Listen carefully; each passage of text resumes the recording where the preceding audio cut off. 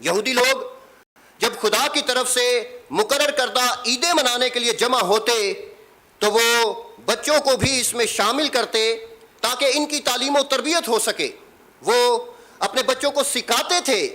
کہ فسح کی عید ہمیں یہ یاد دلاتی ہے کہ کس طرح سے ہم زندہ خدا اپنے زور بازو سے، اپنی قدرت سے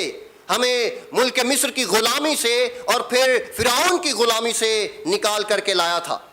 عید پینتیکوست ہمیں یہ یاد دلاتی ہے کہ خدا نے اپنے بندہ مقدس موسیٰ کی معرفت ہمیں کس طرح سے تحریری شریعت عطا فرمائی، اور پھر عید خیام اس بات کی یاد دلاتی ہے کہ خدا نے بیابانی سفر میں کس طرح سے ہماری نگہداشت کی، کس طرح سے ہماری حفاظت کرتا رہا اور ہماری نگہبانی کرتا رہا۔ یہ وہ تمام باتیں تھیں جو خاص طور پر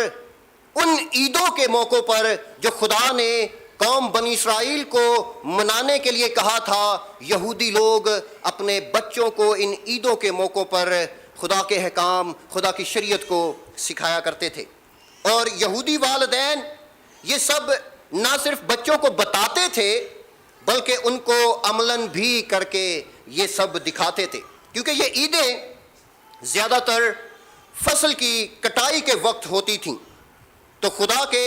حکم کے مطابق فصل کا پہلا پولا باندھ کر کاہن کے پاس لایا جاتا تھا، اور یوں جو لوگ فصل کے پولے باندھ کر کاہن کے حضور لے کر آتے تاکہ خداوند کے حضور وہ گزرانے جائیں، تو 3 لوگ درانتی اور ٹوکریاں لے کر جاتے، اور باقی لوگ جن میں بچے بھی شامل ہوتے تھے یہ سب رسومات دیکھ رہے ہوتے تھے۔ یہ سب وہ اپنے والدین کو کرتے ہوئے دیکھ رہے ہوتے تھے، اس کا مشاہدہ کر رہے ہوتے تھے تاکہ آئندہ کو وہ بھی اپنے بچوں کو یہ سب کچھ کر کے دکھا کر اس پر عمل پیرا کرنے کی تلقین کر سکیں۔ ہمیں بھی بچوں کو کم سنی میں ہی تاریخ نجات کے وہ تمام عجائبات اور کرشمے سنانے اور یاد کروانے چاہیے جو خدا نے ہمارے لیے کیے۔ یہودی والدین یوں ان دینی رسومات کو ادا کرنے کے ذریعے اپنے بچوں کی تعلیم و تربیت کرتے تھے تاکہ جب وہ بڑے ہو جائیں تو وہ بھی اسی طرح خدا کے حضور حاضر ہوں۔ آج جب ہم اپنے معاشرے پر نظر کرتے ہیں تو کیا ہمارے معاشرے میں اس طور پر بچوں کی تعلیم و تربیت پر زور دیا جاتا ہے؟ شاید سیکولر ایجوکیشن میں تو ہم بطور والدین ہوتے ہوئے اس بات کی فکر کرتے ہوں کہ ہمارا بچہ اچھے سے اچھے اسکول میں جائے، اچھی سی اچھی ٹیوشن ہم اس کے لیے دیں، لیکن کیا دینی تعلیمات کے لیے ہم اس طرح سے فکر مند ہوتے ہیں جس طرح سے اس وقت یہودی معاشرے میں یہودی والدین اپنے بچوں کے لیے فکر مند ہوا کرتے تھے اور خدا کی شریعت کو، خدا کے احکام کو ان کو سکھاتے تھے؟ اس کے علاوہ یہودی مدرسوں میں استاد یا پھر ربی بچوں کو ایسی آیات کی تلاش کرنے کا کہا کرتے تھے جو کہ ان کے نام کے پہلے حرف سے شروع ہوتی ہوں اور پھر ان کے نام کے آخری حرف پر ختم ہوتی ہوں، اور ایسا کرنے کا مقصد ان کا یہ ہوتا تھا تاکہ بچے کلام مقدس سے زیادہ شناسائی حاصل کر سکیں، زیادہ سے زیادہ کلام مقدس سے واقف ہوں، اور انہیں جب بھی کوئی حوالہ تلاوت کرنے کے لیے کہا جائے وہ بآسانی اور جلد از جلد اسے نکال سکیں۔ آج بچوں کی بات تو دور کی ہے، ہم بڑوں کو بھی، حتیٰ کہ ہم پاسبانوں کو بھی اگر کوئی حوالہ جلد از جلد نکالنے کے لیے کہا جائے تو میں یہ دعوے کے ساتھ کہہ سکتا ہوں کہ وہ اس قدر اس میں جلد نہیں ہو پاتے، اور اس کی بنیادی وجہ یہی ہے کہ ہم کتاب مقدس سے آشنا نہیں، ہم کتاب مقدس سے واقفیت نہیں رکھتے، ہمیں معلوم نہیں کہ نئے عہد نامے کی کون سی کتاب مقدس کو کھولنے کے کس حصے پر آئے گی، ہمیں معلوم نہیں کہ پرانے عہد نامے کی کون سی کتاب اگر ہمیں بتائی گئی ہے تو اس کے کھولنے سے یہاں سے کھولنا مناسب رہے گا یا یہاں سے کھولنا مناسب رہے گا۔ ہمارے استاد ڈاکٹر اسلم زیائی صاحب اس کے متعلق یہ کہا کرتے تھے کہ جب کبھی سیمنری میں کوئی اسٹوڈنٹ تربیت حاصل کرنے کے لیے آتا اور اس کا انٹرویو لیا جاتا تو سب سے پہلے یہ بات جاننے کے لیے کہ یہ کتاب مقدس کو کس طرح سے جانتا ہے، کتنا اس سے واقف ہے، میں اسے ایک تلاوت بتایا کرتا تھا، ایک حوالہ بتایا کرتا تھا، اور اس کے کتاب مقدس کو کھولنے سے مجھے پتا چل جاتا تھا کہ یہ کتاب مقدس کو پڑھتا ہے یا نہیں۔ اگر پرانا عہد نامہ بتایا گیا ہے تو یقیناً ہم شروع سے کھولیں گے، اور اگر شریعت کی کتابوں میں سے کوئی کتاب کا حوالہ بتایا گیا ہے تو ہم بالکل ابتدا سے کھولیں گے۔ لیکن جو شخص کتاب مقدس سے واقف نہ ہو اس کو یہ سب باتیں معلوم نہیں ہوتی، اور اسی لیے اس وقت یہودی ربی اپنے آنے والے مدرسوں میں بچوں کو یہ کہا کرتے تھے کہ وہ اپنے نام کے پہلے حرف سے شروع ہونے والی آیات کو اور پھر ان کے اپنے نام کے ہی آخری حرف پر ختم ہونے والی آیات کو ڈھونڈیں تاکہ وہ زیادہ سے زیادہ کتاب مقدس سے شناسائی حاصل کر سکیں۔ اور یوں 12 یا 13 سال کی عمر میں ایک یہودی بچہ شریعت کا فرزند بن جاتا تھا۔ یہودی مدرسوں میں چھوٹے بچوں کو پاک صحائف میں سے 4 طرح کی تعلیم دی جاتی تھی اور بچوں کو زبانی حوالہ جات یاد کروائے جاتے تھے۔ وہ 4 طرح کی تعلیم یا وہ تعلیم کی 4 اقسام جو اس وقت یہودی مدرسوں میں یہودی ربی بچوں کو دیا کرتے تھے، ان میں سے پہلی تعلیم کی قسم شیما تھی، جسے ہم یہودیوں کا کلمہ بھی کہہ سکتے ہیں، اور اس میں استثنا کی کتاب اس کے 6 باب کی 4 تا 9 آیات، 11ویں باب کی 13ویں تا 21ویں آیات، اور پھر گنتی کی کتاب اس کے 15ویں باب کی 37ویں آیات سے لے کر 41ویں آیات شامل ہوا کرتی تھی۔ شیما عبرانی لفظ ہے اور اس کا مطلب ہے سنو، اور یہ استثنا 6 باب کی 4 آیت سے آیا ہے جو کہ آج کا ہمارا مخصوص کردہ ورد بھی ہے، جہاں پر لکھا ہے سن اے اسرائیل، خداوند ہمارا خدا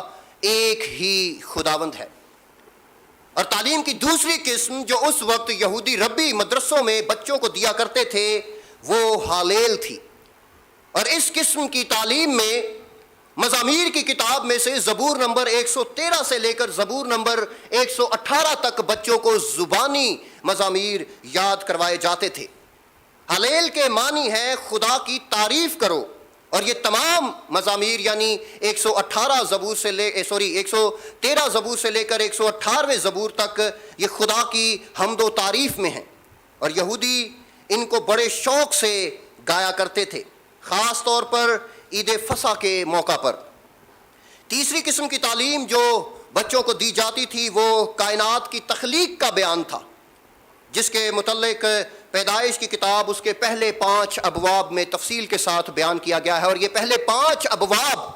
پیدائش کی کتاب کے بچوں کو زبانی یاد کروائے جاتے تھے۔ اور پھر چوتھی اور آخری قسم اس تعلیم کی رسوماتی شریعت تھی،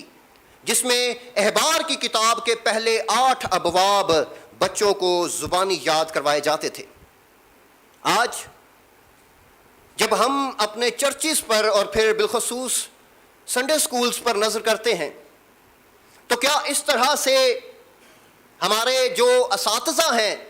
جو کہ سنڈے سکولز میں موجود ہیں وہ اس طرح سے بچوں کو سکھا رہے ہیں؟ میں یہ نہیں کہتا کہ سب کے سب ایسا نہیں کر رہے، بہت سارے ایسے اساتذہ ہیں جو بہت ہی اچھے طور پر بڑی ہی جافشانی کے ساتھ محنت کر کے بچوں کو خدا کی شریعت، خدا کے احکام سکھا رہے ہیں، بالکل اسی طور پر جس طرح سے یہودی ربی اس دور میں یہودی مدرسوں میں یہ 4 قسم کی تعلیم بچوں کو دیا کرتے تھے۔ لیکن میجورٹی ہمارے اساتذہ کی ایسی ہے جو ایسا نہیں کر رہی، اور افسوس کے ساتھ یہ کہنا پڑتا ہے کہ ہم صرف فارمیلٹی پوری کرنے کے لیے یا تو خود بذاتے ٹیچر سنڈے سکولز میں آتے ہیں، اور اگر ہم بچوں کو بھی سکولز میں بھیجتے ہیں تو وہ بھی جسٹ فار فارمیلٹی۔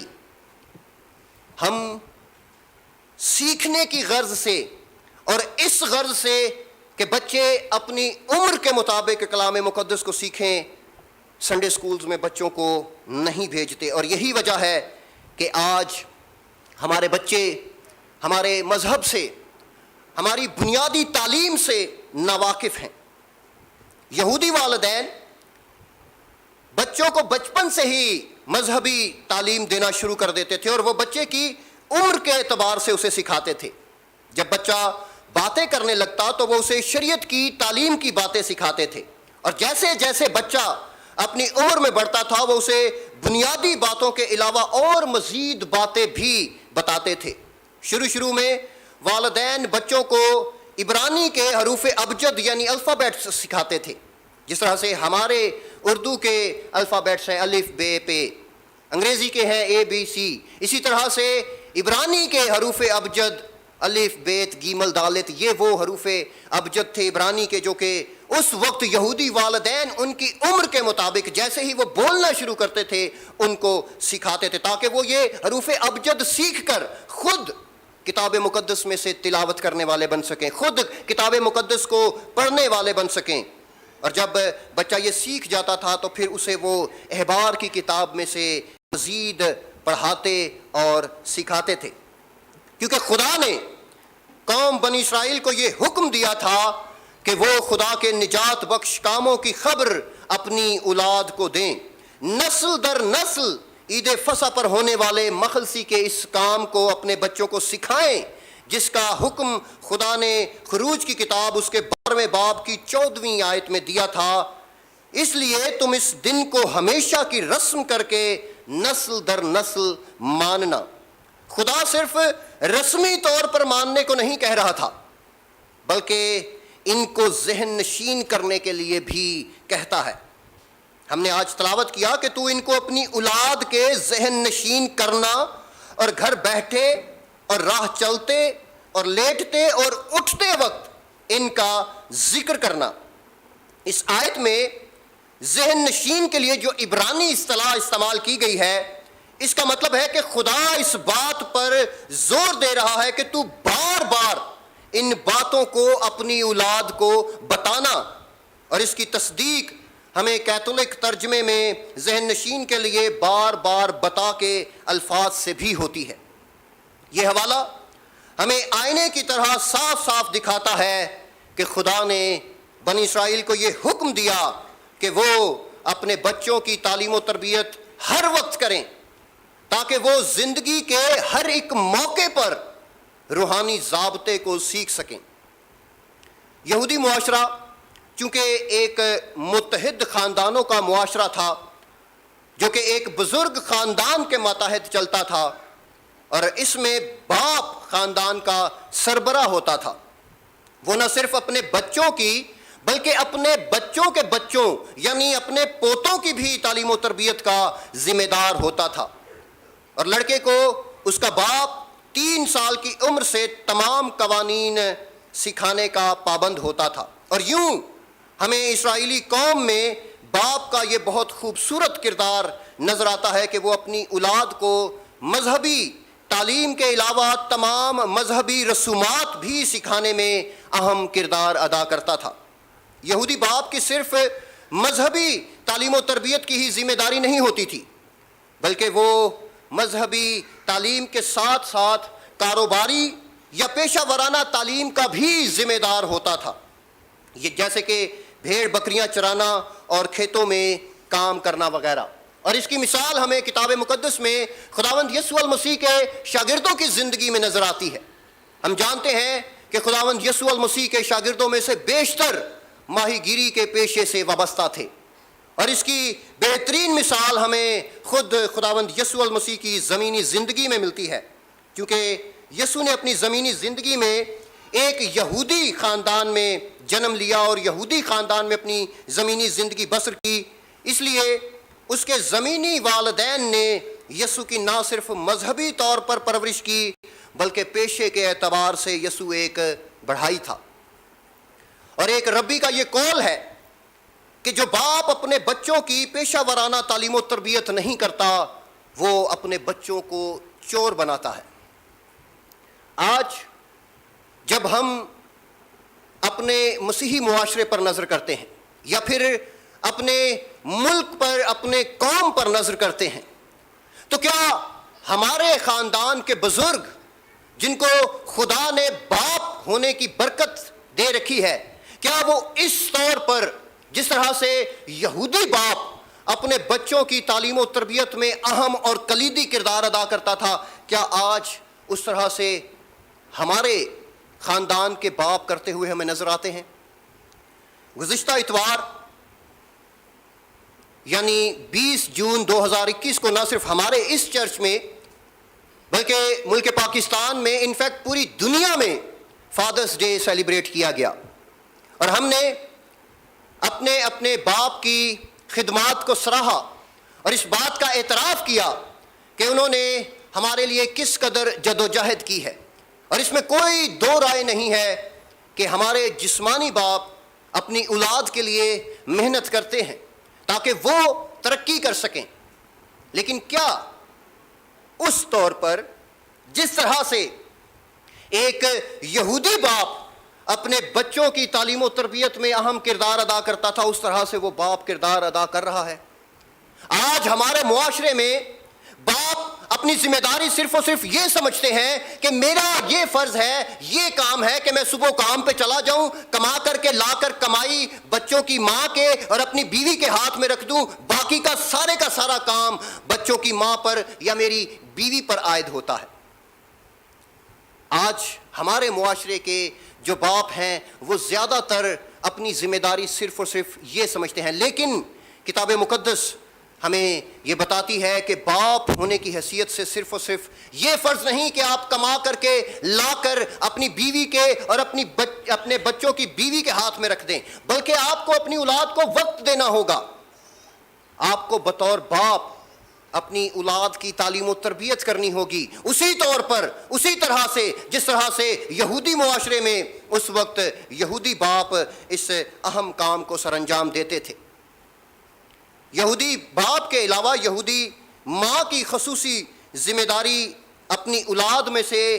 بیٹیوں کو ایک کامیاب گھریلو عورت، وفادار، قابل اور نیکوکار بیوی بنانے کے لیے اس کی تربیت کرنا تھا۔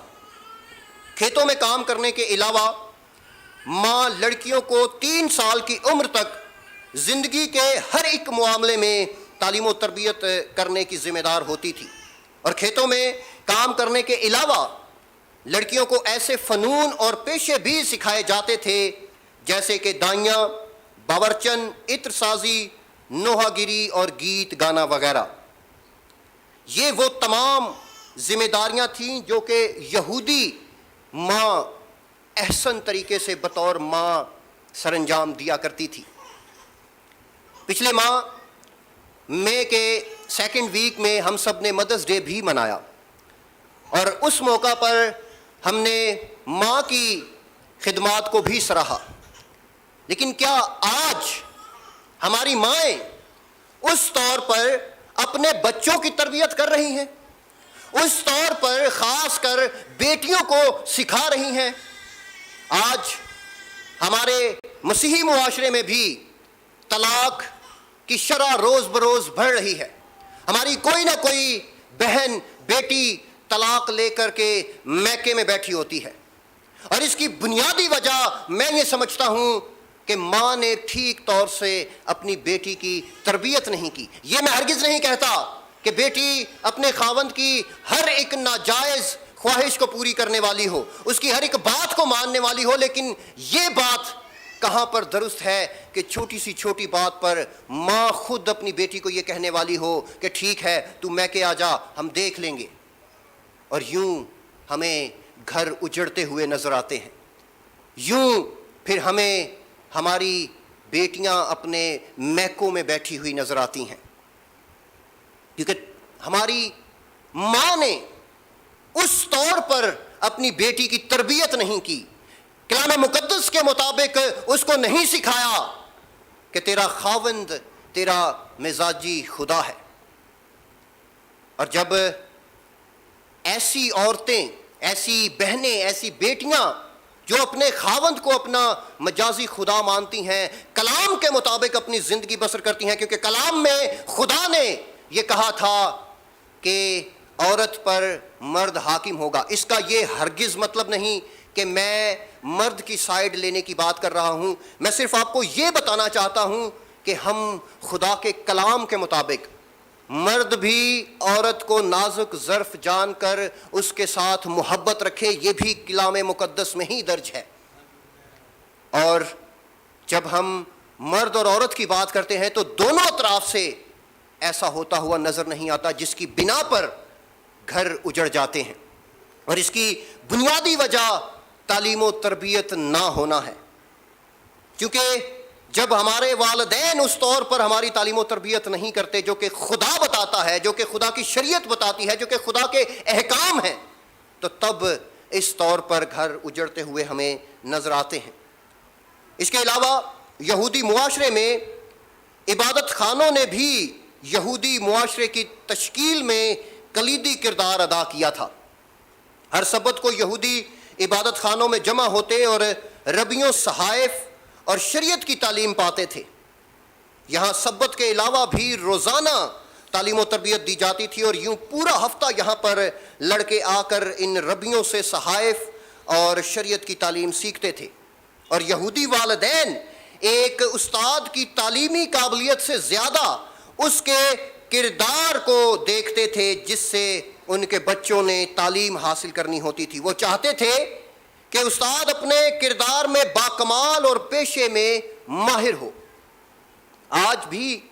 جب کبھی ہم میں سے کوئی شخص ٹیچر بننا چاہتا ہے تو اس کے لیے ضروری یہ ہے کہ وہ سیکولر ایجوکیشن میں بی اے اور بی ایڈ پاس ہو، بی ایڈ بھی اس نے کیا ہوا ہو، تب اس کو جا کر پروفیشنلی